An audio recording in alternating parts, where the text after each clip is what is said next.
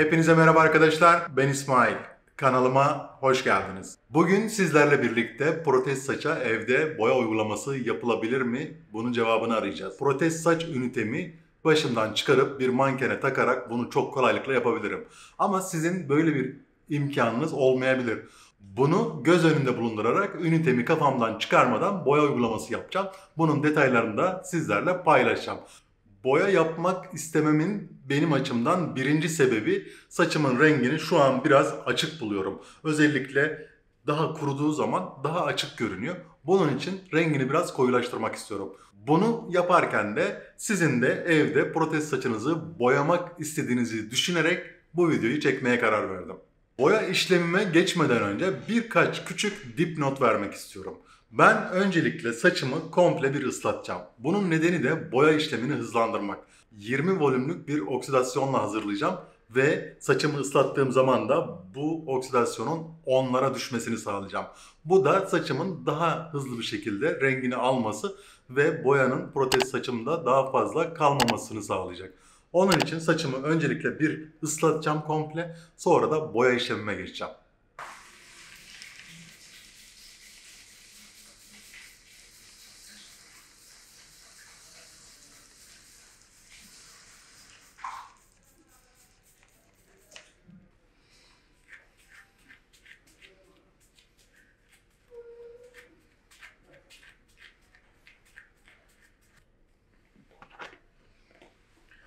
Artık tarayabilirim.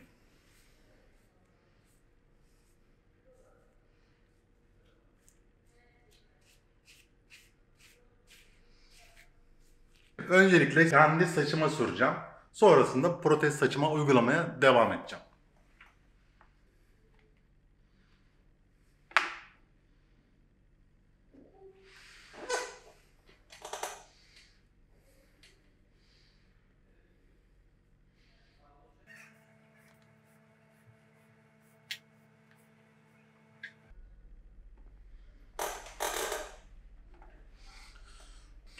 Burada dikkat edilmesi gereken en önemli konu ise uygulayacağınız boyanın protez saçınızın diplerine gelmemesi.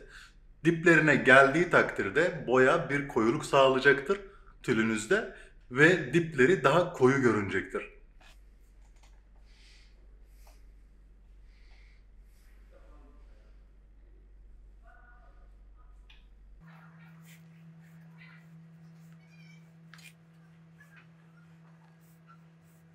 Şimdi protez saça boya uygulaması yaparken gereken bir püf noktasını da sizlerle paylaşayım. Boyayı kendi saçıma uygularken direkt fırçayla uygulamıştım. Ama protez saça uygularken bir tarak, boyayı tarağa sürüyorum.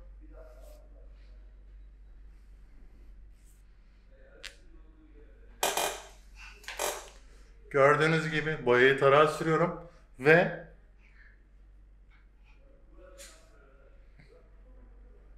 bunu da saça uyguluyorum. Aynı şekilde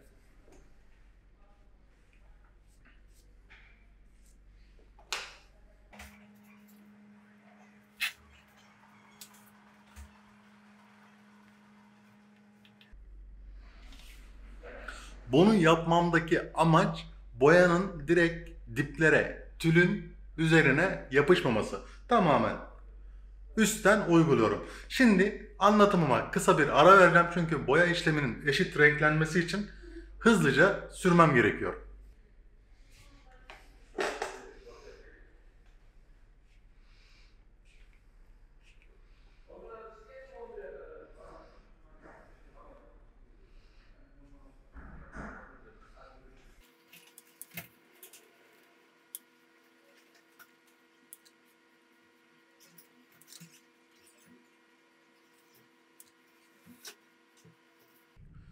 Uçlara uygulamış olduğum rengim yansıması diplerde açıklık göstermeyecektir. Boyamı 20 dakika kadar bekleyeceğim ve sonra yıkamaya alacağım. Videomun başında da söylemiştim. Eğer 20 volüm bir oksidanla hazırladığım boyayı normal şartlarda 30-35 dakika beklemem gerekiyordu. Saçımı tamamen ıslatarak hazırlamış olduğum boyanın oksidasyonunu düşürdüm. Renginin daha hızlı almasını sağlayacak. Dolayısıyla 20 dakikalık bir beklemenin sonunda saçımı yıkamaya alacağım.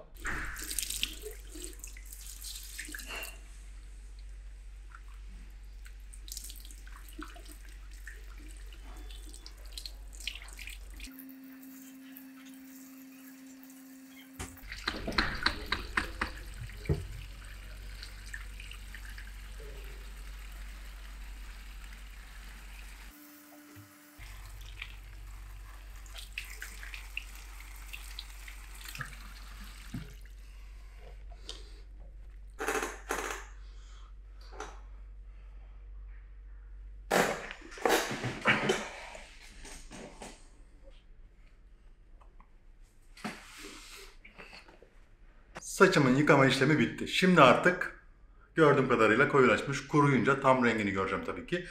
Hemen Walker Tape'in Leave-In Conditioner'ından birkaç fıs sıkmak istiyorum.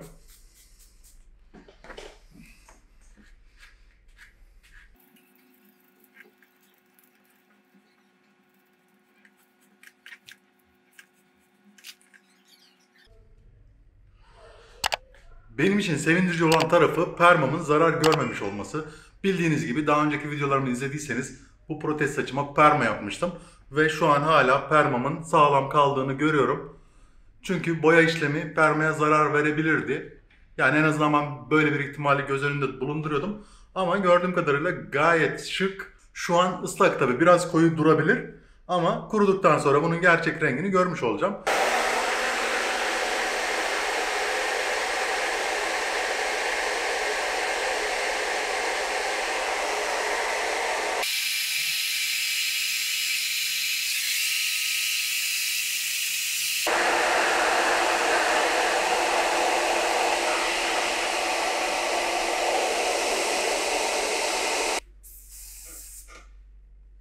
Saçımın şekillendirmesini yaptım. Tamamen kurudu ve yapmış olduğum renk şu an karşınızda duruyor.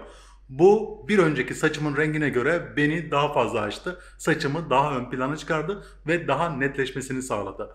Açıklama kısmında şu ana kadar yapmış olduğum uygulamada kullandığım boyanın numarasını, markasını, her şeyini bırakacağım. Siz de açıklama kısmına bakarak yapmış olduğum uygulamada kullandığım ürünleri görebilirsiniz. Beni izlediğiniz için teşekkür ediyorum. Bir sonraki videomda görüşmek üzere.